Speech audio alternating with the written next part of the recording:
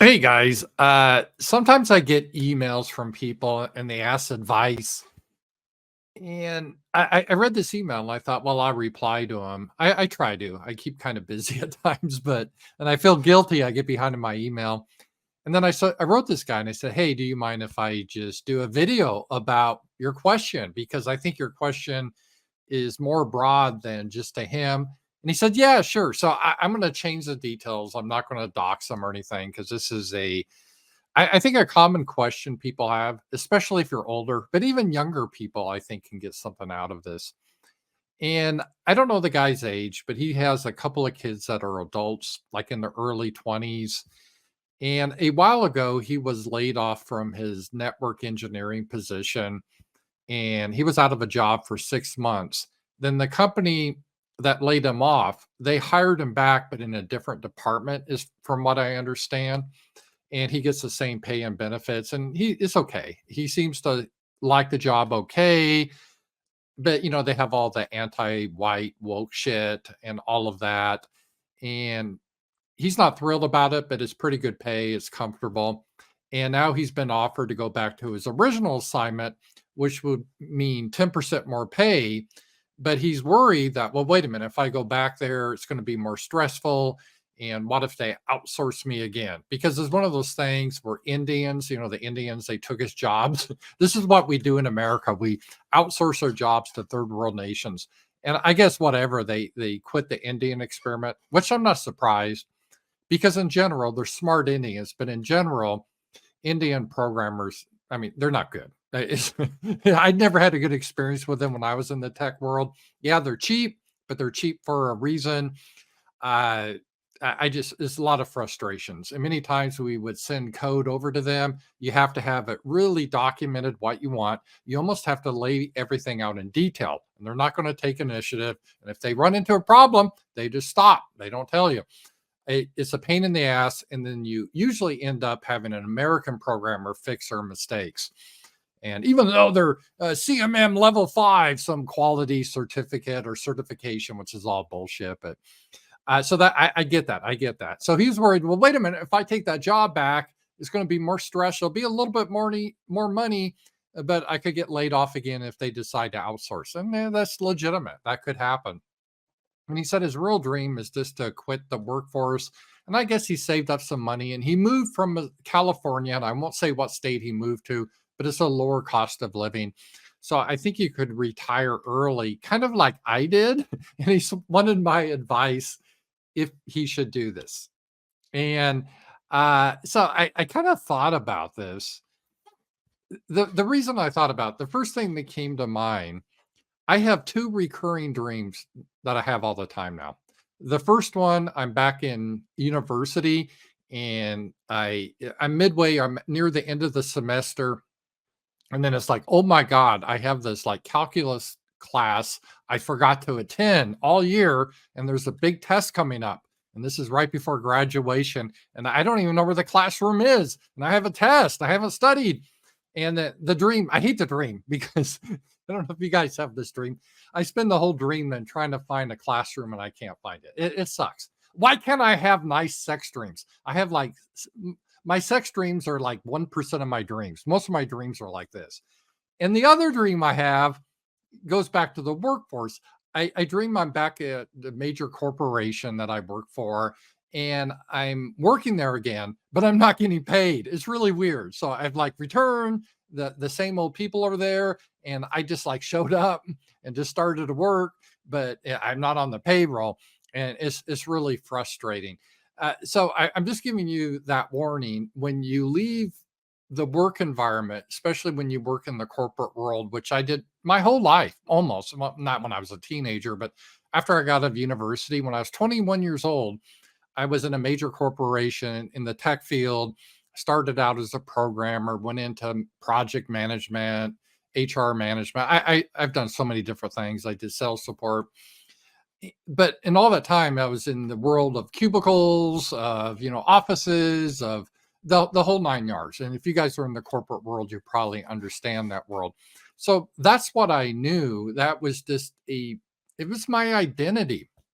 And one of the things that we guys have, I didn't really quite realize this totally until I left the workforce, is our sense of self-worth or who we are is really based on what we do.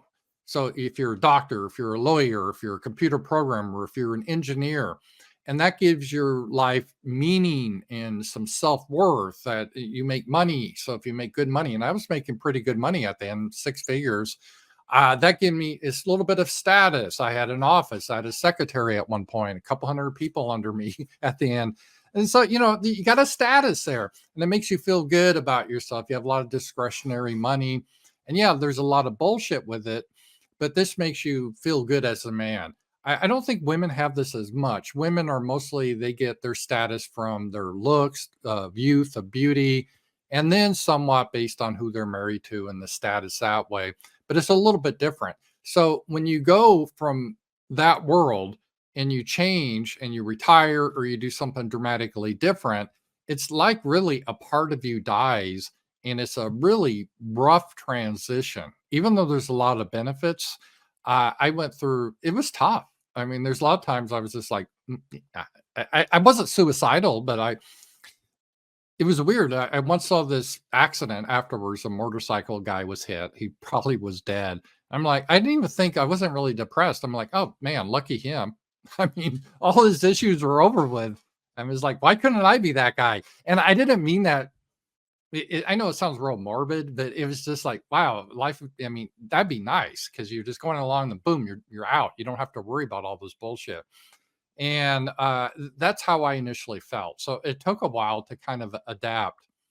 And so now there's advantages though, like when you retire early, like I did, but I have like a job now. It doesn't pay as much as doing these videos. It used to pay more, but I've been censored and I don't get much money anymore out of it, but I really love it.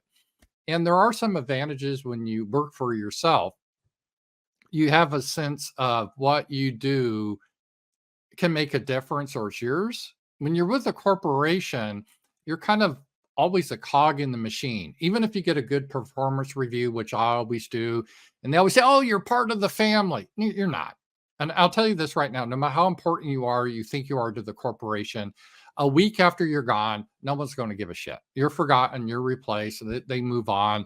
And everything you did pretty much doesn't matter anymore. They've moved on. So all the status reports you worked on, your goals, accomplishments, working on all these different programs, it doesn't mean anything. It really doesn't. Whereas when you're on your own, like I do, I get a sense that I've had somewhat of an influence, maybe a little bit on the world based on my views, getting it out there. I've seen a lot of people been influenced by my videos, some famous people, and I'm happy about that. So it gives my life a sense of purpose, and I love the freedom. When you're on your own, you don't have to deal with the boss. You don't have to deal with bullshit. So I don't do stupid status reports. I don't do timesheets. I don't have to do any of that. And that gives you a sense of fulfillment. It really does. And I really do like it. So this is a roundabout way because I can't answer for anyone exactly what to do. But I would say one of the things you have to do is always look at your life, and your life is finite. There's only so much time you have in your life. And I know we all realize that on an intellectual level, but you don't really realize it when you're young until you get older and you put it in perspective. You realize that, well, wait a minute, there's only so much time I have. And the way I look at this, and I was talking to my dad that passed away, basically, when you hit 80 years old, your life is, I consider about done. You're finished. You may just enjoy your resting and stuff, but that's kind of the max. I mean, you can live longer, but you're not going to live the same quality of life. My dad didn't. I mean, he lived to be 88, but in the 80s were kind of hard for him. He lost his mobility. He broke his hip. He went through surgeries, and he still kept pretty well compared to other people. But once you hit 80, I consider it over. So this is kind of how I plan my life. And some people don't even make it to 80. But the way I look at this is when you're 50 years old, and I'm assuming this guy's around 50, he's got like 360 months. Now, like me, I got 240 months. So a month goes quick if you think about it. And the older you are, the quicker it goes. So you got to make the most out of what little time you have. And then what also sucks as you get older, you really do change. I mean, when I hit 50, that was depressing because I've always was young in my life. Now I'm 50. When you're 50, you're no longer young. You can't pretend it. I guess Madonna does, but it's just reality. And then 60, I mean, that's a big change. You get more tired. I get tired a lot easier now. And I feel bad because younger people, they're still up and can party. And, you can when you're 60, but you just get tired more. It's just part of the process. I don't know about 70. So you really got to enjoy the time that you have. And you got to give that in perspective of what really matters. And what really matters, I've realized in life, is like your family, your friends, the people you love. That's what you're really going to remember. You're not going to remember your status reports or the whatever you had to do at work. You won't.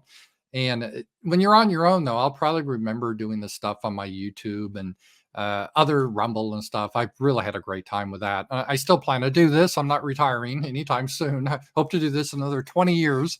But that's that's what really means a lot to me. So there's a lot of joy from that, doing your own thing, and there's joy from being around people you love. Now, do I have regrets? But that's a tough question. It's a yes and no. I always, but I would have regrets no matter what. I remember like being at my grandparents in Longmont, Colorado, and my dad's there, my brother's with me, we're playing, and their dogs, my grandma, my grandpa. That's over. That world's over for me. My grandparents are dead. My parents are dead. My brother, far away. And my kids, I love them, but I don't see them much because they live in different areas of the country. And I feel like my mom used to be all so excited when I called, and when I was young, I never understood it. But now I understand it because now I'm a parent. I'm so excited when I hear from my kids. And that's really what matters, is your family and the people that you love, I think.